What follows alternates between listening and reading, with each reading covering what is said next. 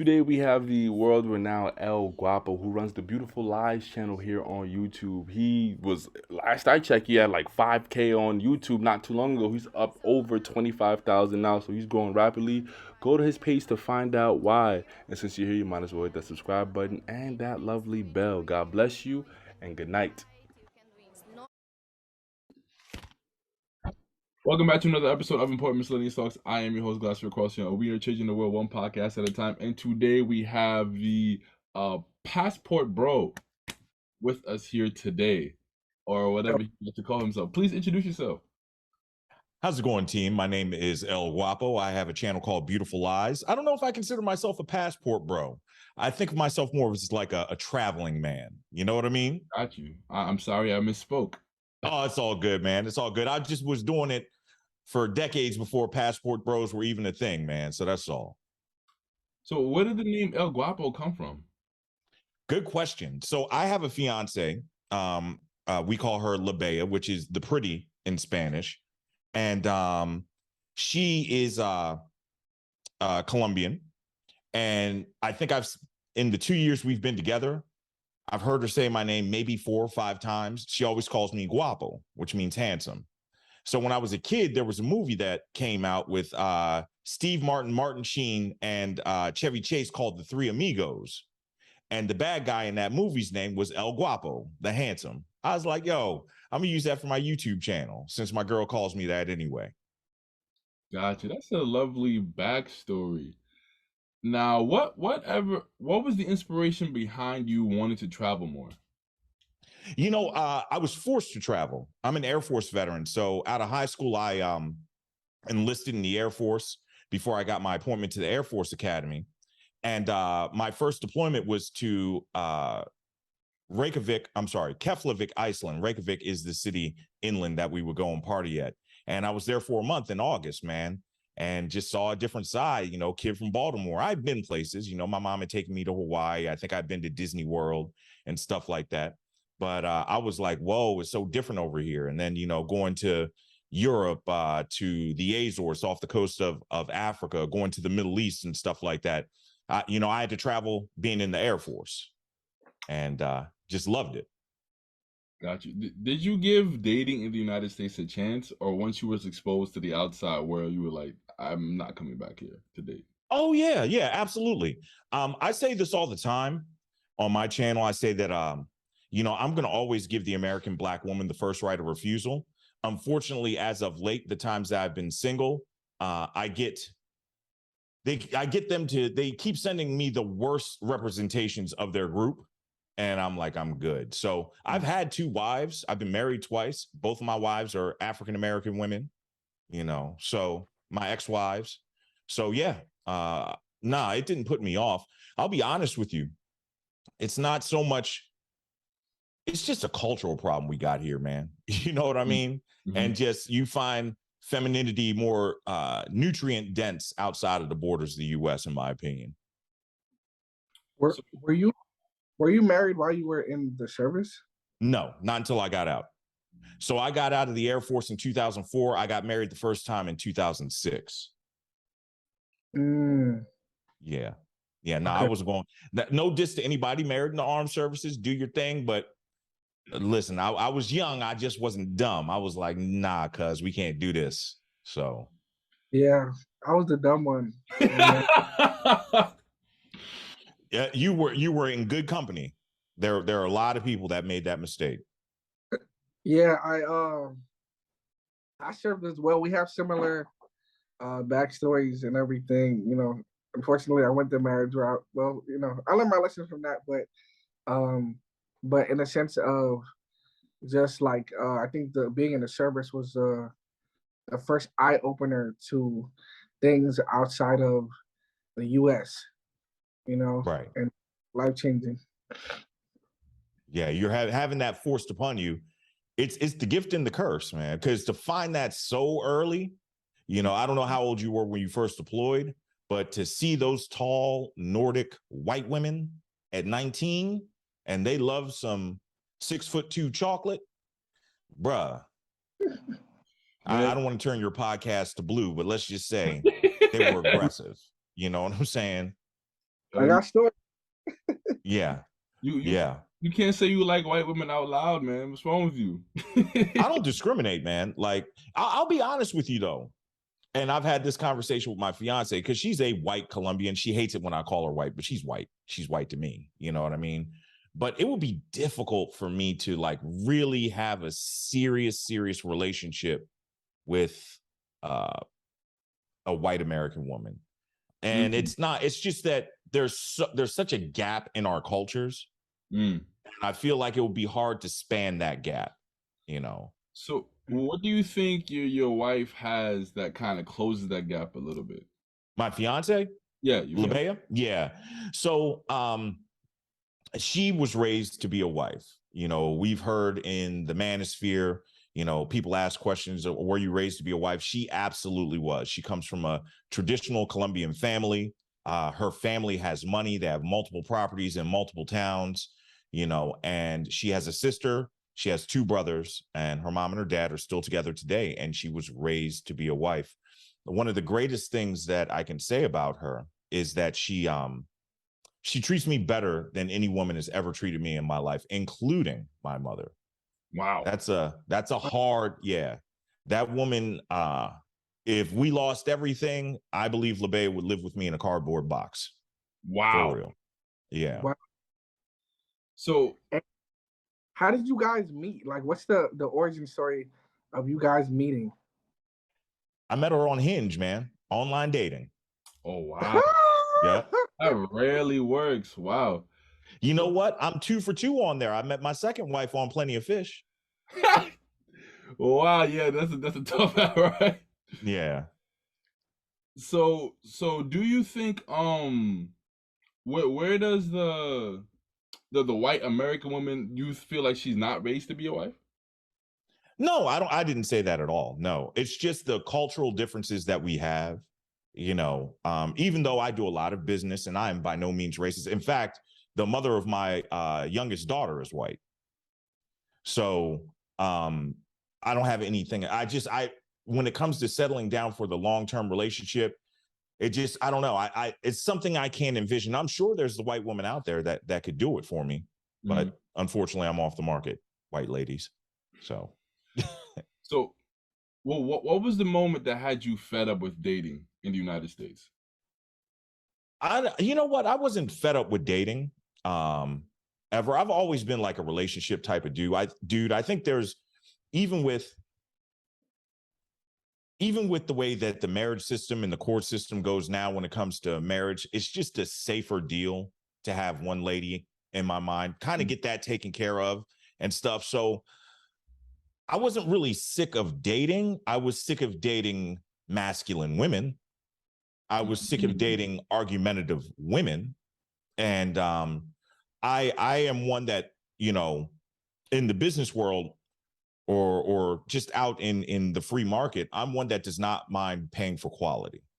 You know what I mean? And if I go to a restaurant and I'm willing to pay your price and the quality is low, that is the last time you'll see me in that restaurant. Mm. I will take my resources elsewhere where they are appreciated. Does that make sense? Is that a decent enough analogy? Of Yeah, course. I get you. I get you. I think like I have some of this conversation with women, and I just tell them, men, we have a propensity to go places where we feel appreciated. Yep. That's just the bottom line. It's not about race. It's not about it's we go where we're wanted. And Mm-hmm. if women are constantly saying, "I don't need a man. I'm independent. I don't need a man." It's like, well, then if you don't need me, I want to go someplace where I feel needed. As a man, it's a natural thing to want to feel needed. No one wants to be in a relationship where as a man, you feel like your woman doesn't want you, or you feel obsolete or useless. Yeah. You know Wow. what's funny? I'm actually about to, and I'm gonna give you a teaser trailer, right? I'm about to talk about this. Um, there's a young lady I know in Brazil that yeah, you're following this. Yeah, I saw it. So she did an interview with me when I was in Brazil in April, right? Mhm. And she did so good on camera. I told her, I was like, yo, you need to start a YouTube channel. She's like, I'm gonna do it. She even came up with a name and all that stuff. Long story short, 5 months later, I thought she was BSing. I was heading out of town on this past Saturday on my way to New York for the Frustrated 3 premiere, Al Grease's movie. Mhm. And I got a message from her, and it was the trailer to her YouTube channel. And just being a content creator, I could tell that it was a bunch of clips from a bunch of videos she had already shot. Come to find out, she's been putting in that work. I spoke to her and the head of her production team the night before last. They had 12 videos ready. I said, yo, I'm gonna premiere y'all because you did the work, and she's the homie. I'm gonna premiere you on the channel. In 19 hours, she hit 1,000 subs. With a 1 minute and 15-second video. Why do I say all of this? Men have a need to be needed.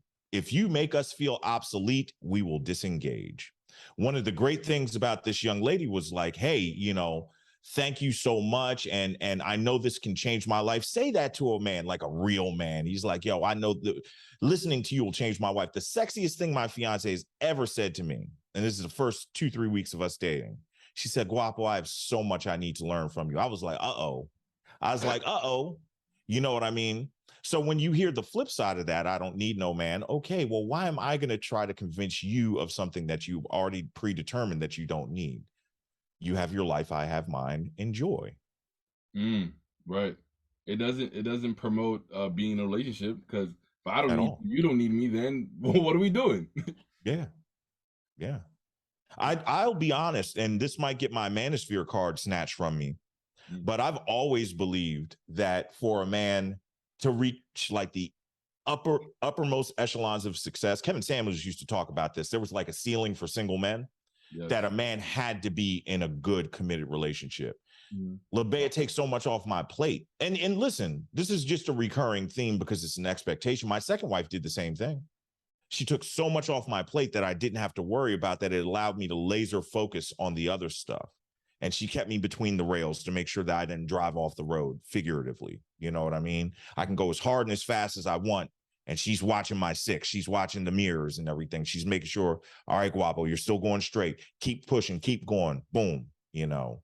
And a lot of ladies don't want to be in that position. But I'll tell you, a real good man, I believe, if he wants to reach the absolute pinnacle of what he can accomplish in his life, he needs that yang to his yin. You know what I mean? Or yin to his yang. I don't know which one it is. You know what I'm saying, though, right? Yeah. You said a lot of ladies don't want to be in that position, but why? Because it's work. and our culture has inherently become more and more lazy. It's work. It is work for, I work from home. LeBea is a teacher, okay? Every morning before she goes to work, she gets up and cooks me breakfast and she packs my lunch, whether I go on site to work or I stay at home every morning. And then she goes to work. When she gets home, she comes and she cooks and everything, or if she doesn't feel like cooking, which is very seldom, she'll just be like, hey, Guapo, what do you want to eat? I'll order it for you.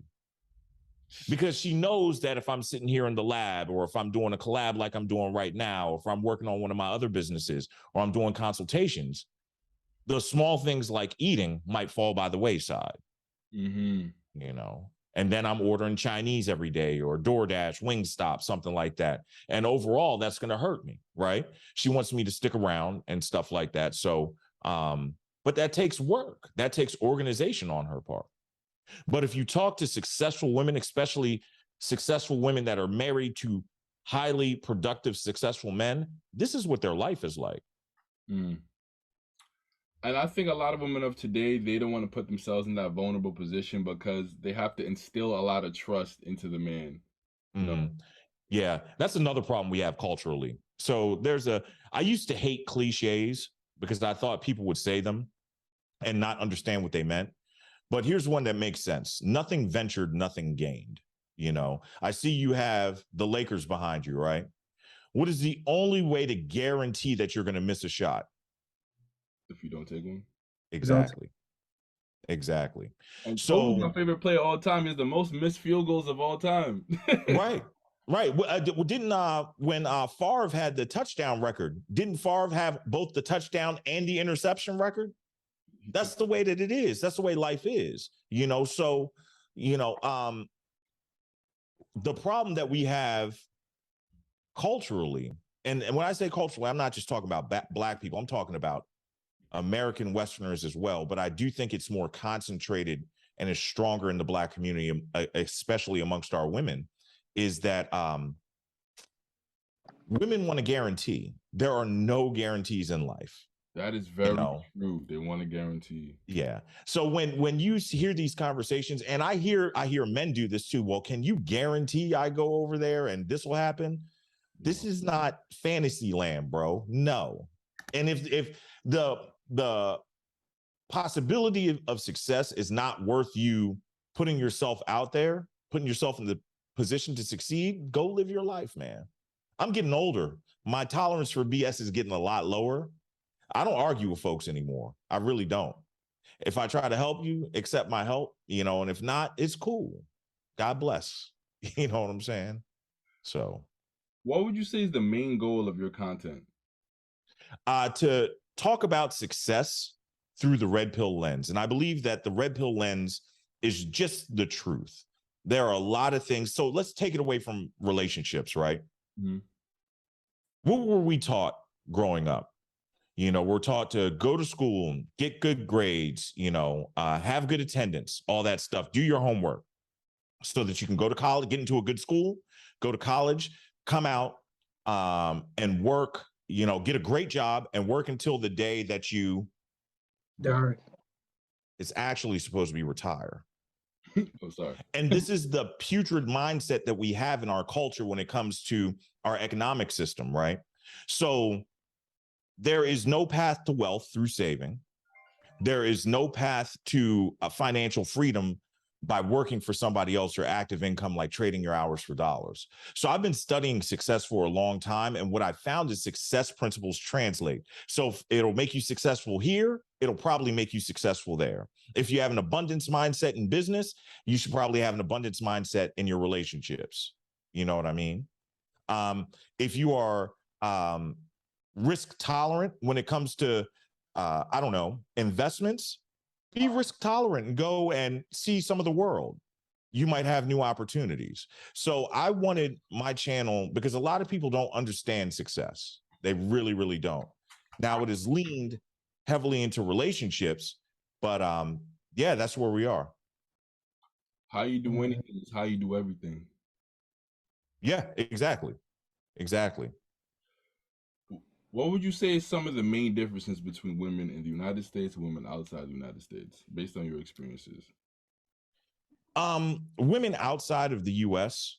are more feminine and less effeminist. I don't want to mess up the algorithm on your podcast. You know what I mean? So I think women outside of the United States embrace being women and enjoy being women more than women in the United States. Yeah. Where do you think that femininity has gotten lost in United? Like, where do you think it started or stemmed from? Very systemic. If you go back and you look, there was recently a video done on this. I can't remember who did it, about how J.D. Rockefeller wanted to separate the household so that if you had two people working in the house, you could double tax them, right?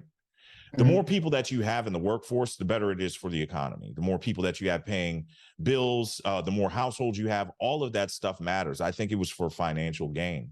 It's just that we drank the Kool-Aid way harder than anybody else. Interesting. What have been some of the biggest criticisms of your content thus far? Oh man, oh, he's a simp and blah blah blah blah blah. Honestly,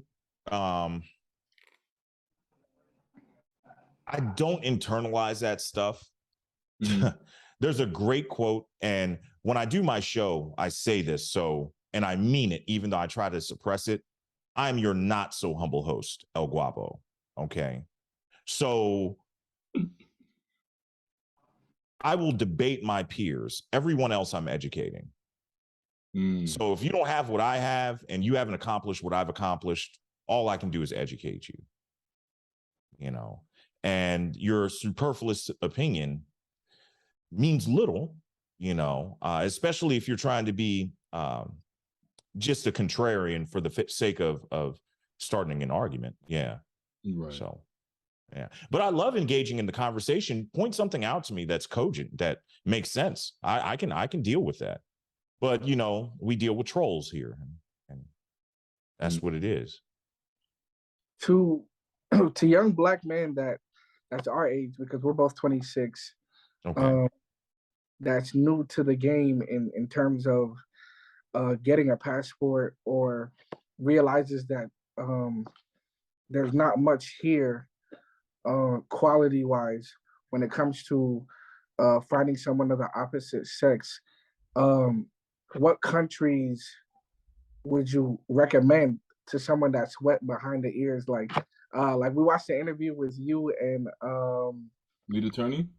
yeah, and you know, you guys was trying to get him on board to go to Brazil. Like Right. I came back from Colombia last week. I did a week in Medellin Okay, and great. in Cartagena, and it was quite the experience. I bet it was. It was a blast. Yeah. Uh, this is probably not the answer that you're going to think I'm going to give you, but I wouldn't be worried about travel at 26. Yeah, I would be worried about developing a skill and moving closer to that financial independence. You know, if you want to plan a trip tied to a big goal, you know what I mean, as some form of reward, go ahead, come up for air, have your fun, and then get right back at it. But to start out, there's so many places you can go. You can go as close as Montreal, Canada.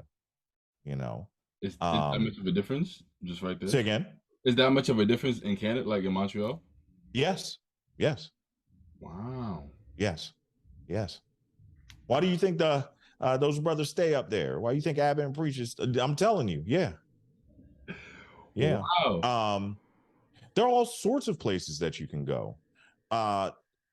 If you want to go straight to the pinnacle, go to Brazil, go to Rio de Janeiro. You know, if you want to stair step your way, I'm not a big fan of the DR. I didn't really like the food. I didn't like the food there. Wow. Yeah.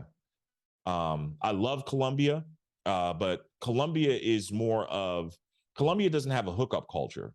Okay. So you're not going to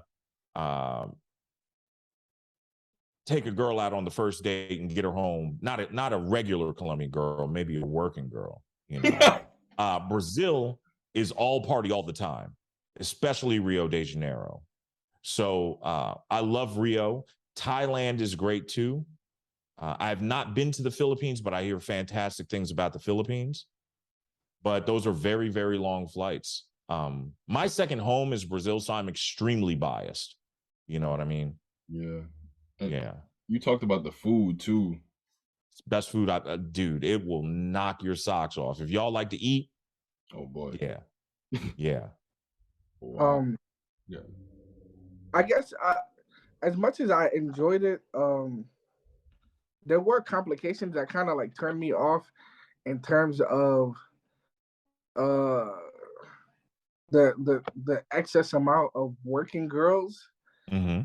Seems like the ratio is a lot to a little, Okay. and like every person you run into, 9 times out of 10, whether you meet them during the day or at night, they're a working girl.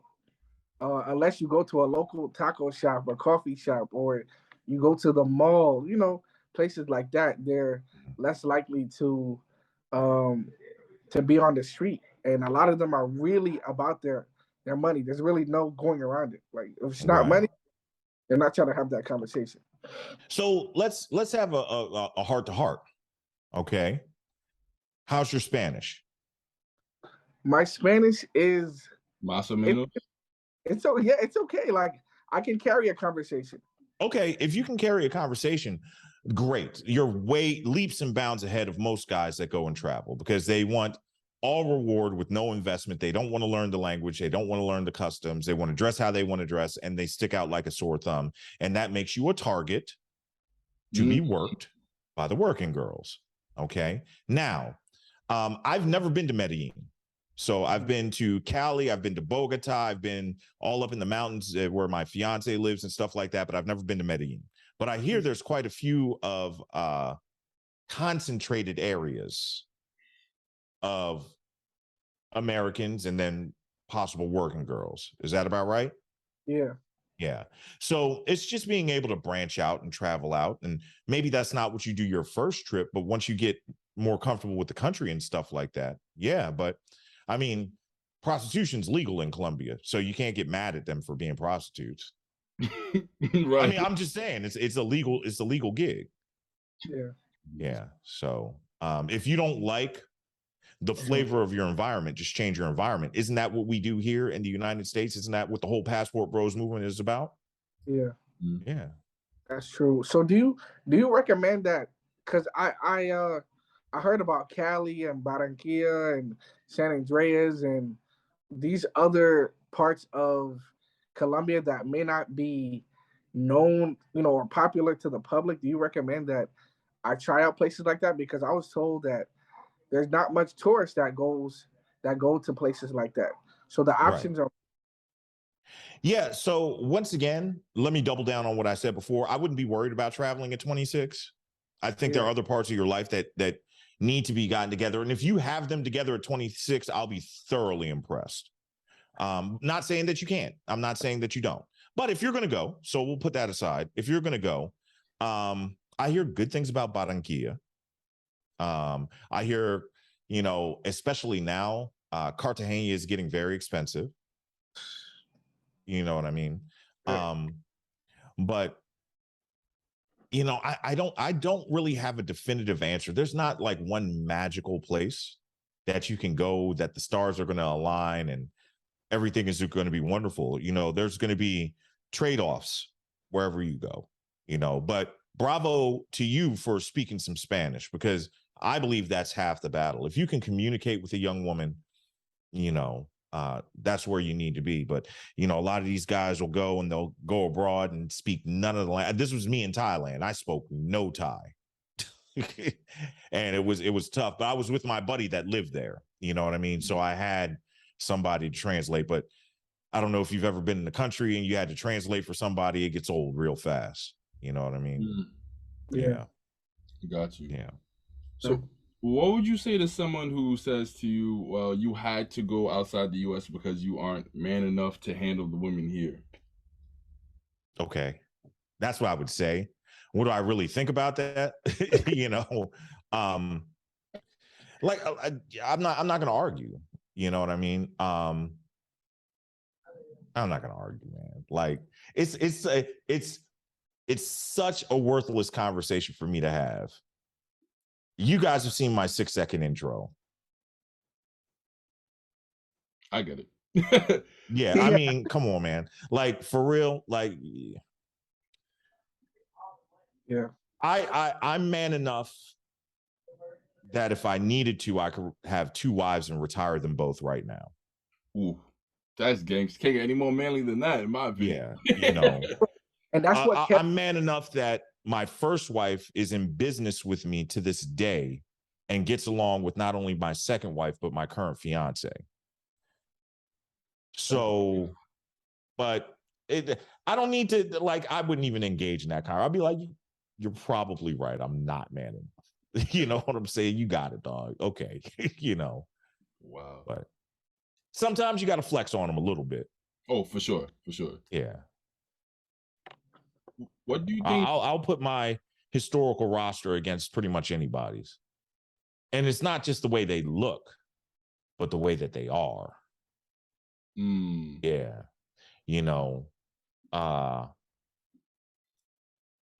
I have a higher level of standards. To that person, I would say, hey, does your girl cuss around you? Because I don't allow that. My mother doesn't cuss around me. Yo, I be telling these girls language. Yeah. I be telling them. So to the person that says that I'm not man enough, you're probably right. So maybe I'm too much man. I don't know. I was going to say something ignorant, but I'm not going to say it. Offline, yeah.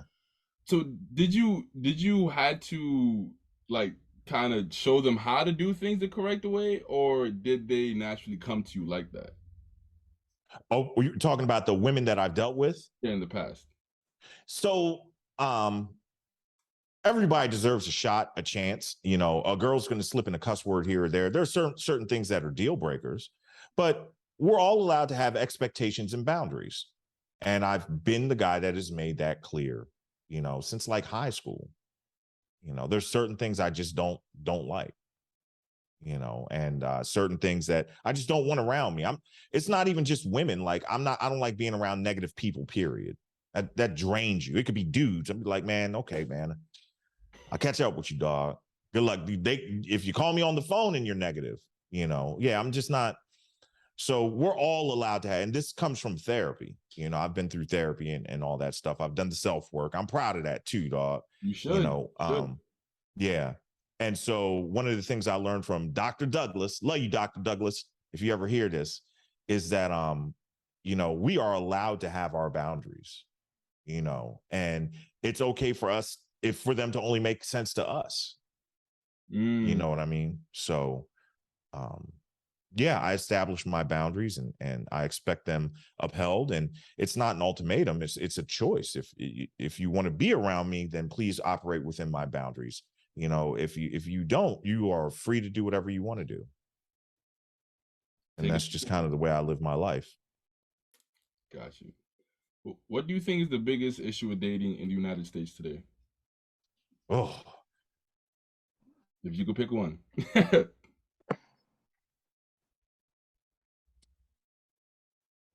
I know what I want to say, but I want to respect your show. I appreciate that. I'm sorry. I know this dead air isn't good, but I'm trying to put this in the right words. Have you ever heard the saying that women want the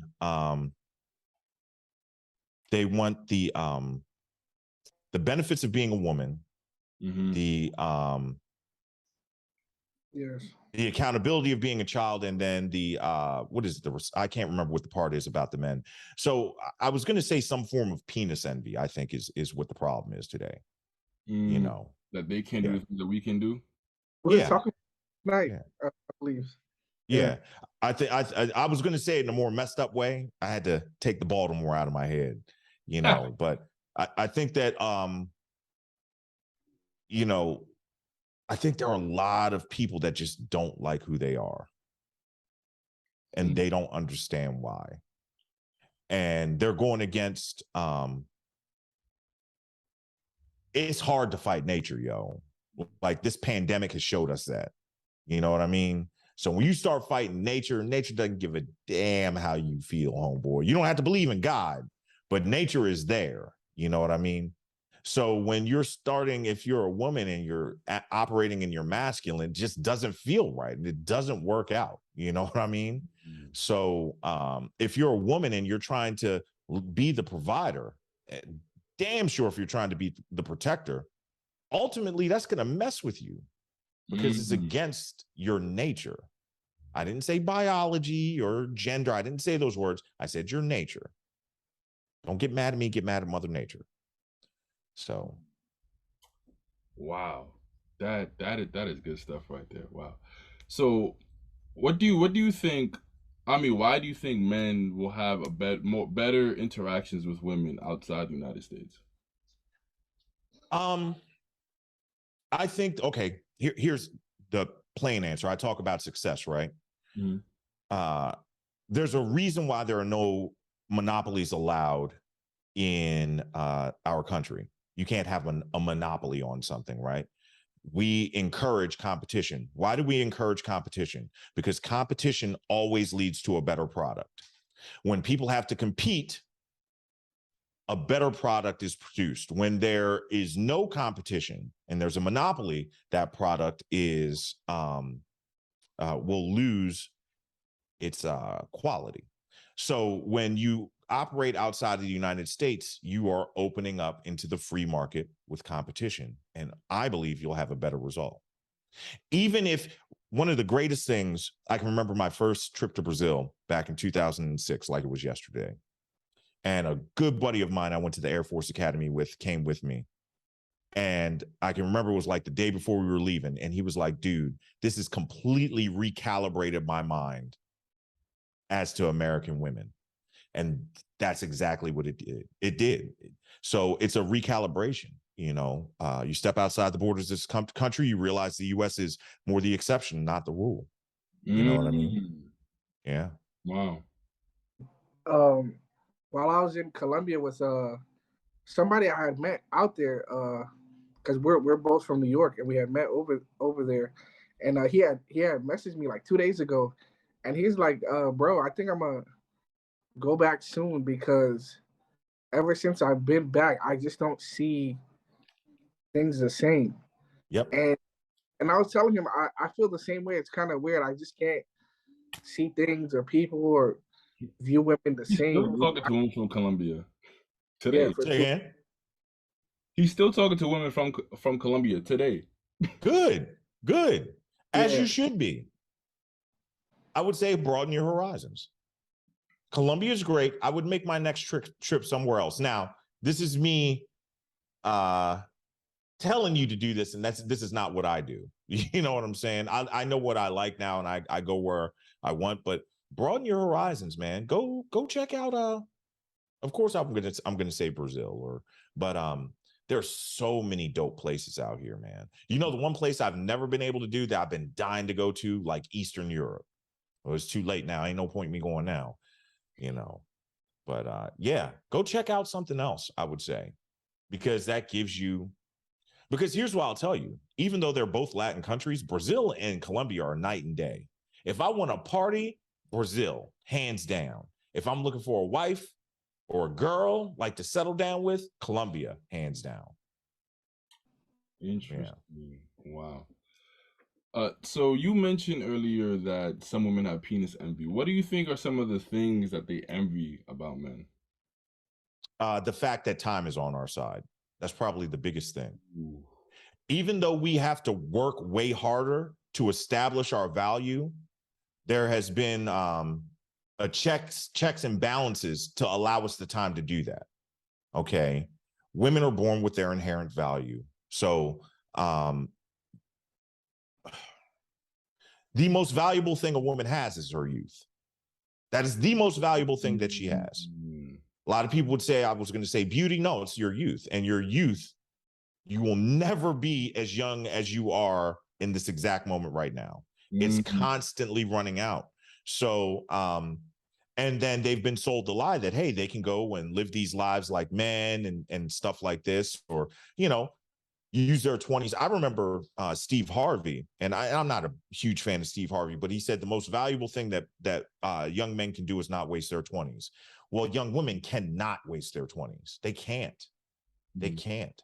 Their number one valuable thing, which is their youth, is in its best spot in their 20s.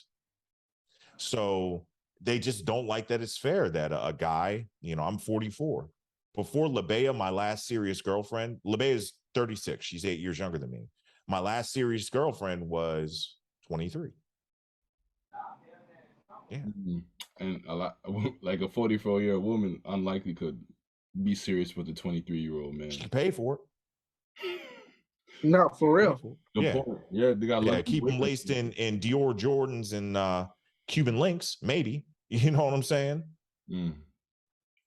That's tough.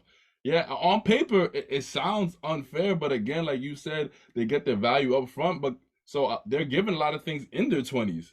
They have a lot of advantages earlier on. Yeah. Well, the life isn't fair, man, and this is something I'm teaching my kids, and they've pretty much got.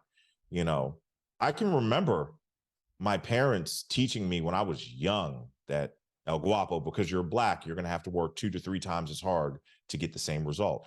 Times have changed now, but it was true. Is it fair? No, it's not fair. Is it fair that some people are born into abject poverty and can't move up the economic scale in other countries? At least here in this country, there's the opportunities here. What you do with it is up to you. The opportunity is here for everybody. So is it not fair to women? No, but look at the trade-off. The trade-off is, listen, see, here's the thing. Men have to produce. All women have to do is preserve. So if you preserve your looks, you preserve your chastity, you know what I'm saying? preserve your youth. You can trade that off to being taken care of for the rest of your life. Where is the option for men to be taken care of for the rest of their life? Show me where it is. So it's a trade-off, and it may seem unfair, but not for what you get for it. No. What are some of the tips that you would give your son when it comes to dating? I got a son coming, man. LeBay is pregnant. Yeah, I know. I heard one of your videos too. Congrats, man. Guapito is gonna be cold-blooded, man. He's gonna be cold-blooded. You know, I guess the biggest lesson that I would teach him, more than females, is just I want my son to be fair. You know, I want him to not be one that likes to take advantage of people or situations. With that being said, I want that to be like the benchmark of his personality. With that being said, when it comes to interacting with young ladies and stuff like that, I'm going to tell him, focus on yourself, you know, and be the best you can be. And then when the time comes, all the ladies are going to want to be with you because you've done the work. It's the same way with women. When women focus on themselves, but they got to do it way earlier. You know, do they eat healthy in middle school, going into high school? Do they participate in a sport? Are they learning a second language? Are they learning to play piano? Are they in the kitchen with their mother or their grandmother? Are they doing these things? You know, and then find that 22-year-old girl that's in college that has no body count and has all of those. There used to be young ladies like that when I was growing up. It used to be like that. There weren't a whole bunch of them, but they existed. Yeah. Wow. It's a pipe. Yeah. Yeah. So then they have the opportunity, you know, to have their pick of the highest quality men. Not only the top performers in their age bracket, but the 32 or 35-year-old man would love to have the 22, 23-year-old virgin that wants to actually be a wife and wants to be a mother. The 35-year-old that's made it will be like, come on, sweetheart, you don't have to work. My buddy, one of my buddies just retired from the Air Force, right? And he retired as a lieutenant colonel, and his wife has a degree. He dated her in college when we were in college, married her after we graduated, and he ended up, she's never worked. They got like 4 boys, okay? Now that he's retired, they've made it. He's getting into commercial real estate, and for the last 2 years, they've been building her interior design business. And now the focus is on her, you know, and her career goals and aspirations. And she's never had to work. So there's a chronology to life that women have to get right. Men can kind of mess it up. We can kind of do stuff out of order and go back to the start line and then start again, you know. Women don't get that luxury. So in turn, I believe you mentioned that you also have daughters. So I have 3 of them. Nice. So what are some of the tips that you would give them when it comes to dating? Let daddy help. Let daddy help you choose, man. Like, for real. You know, I try to have very open lines of communication with my girls. You know, I'm not one to yell at them or anything like that.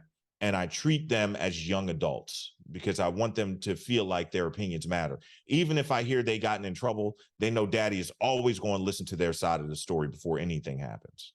You know what I'm saying?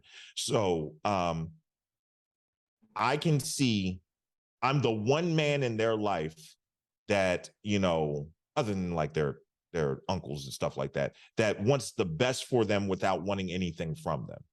You know what I'm saying? And that's what I've been trying to imbue in them from the very beginning. You know, daddy's always got your back. I'm here for you. Anything, you can tell me anything, whoop-de-whoop, because I knew ultimately they're going to get to the point where they're going to date. And I want them to be like, hey, daddy, you know, I was out with Mark and he said this or he did this. And I'd say, well, why don't you have him come to the house and we'll all watch a movie or something? You know, let me put my eyes on him. You know what I mean? I've been teaching my girls because they're pretty girls. They had a pretty mama. You know what I mean? I've been teaching them from a young age, you know, don't necessarily go after the guy that you like. It's more important that the guy likes you. You know what I mean? That too. Yeah. Yeah. I don't think women should be chasing like that. I mean, make yourself available once you're of age and stuff like that, but don't be chasing after these boys. you know. So how do you think? Well, I'm not sure if they're old enough to kind of really view your content and understand it. No, But not yet. how do you think they would react to some of the content that you post?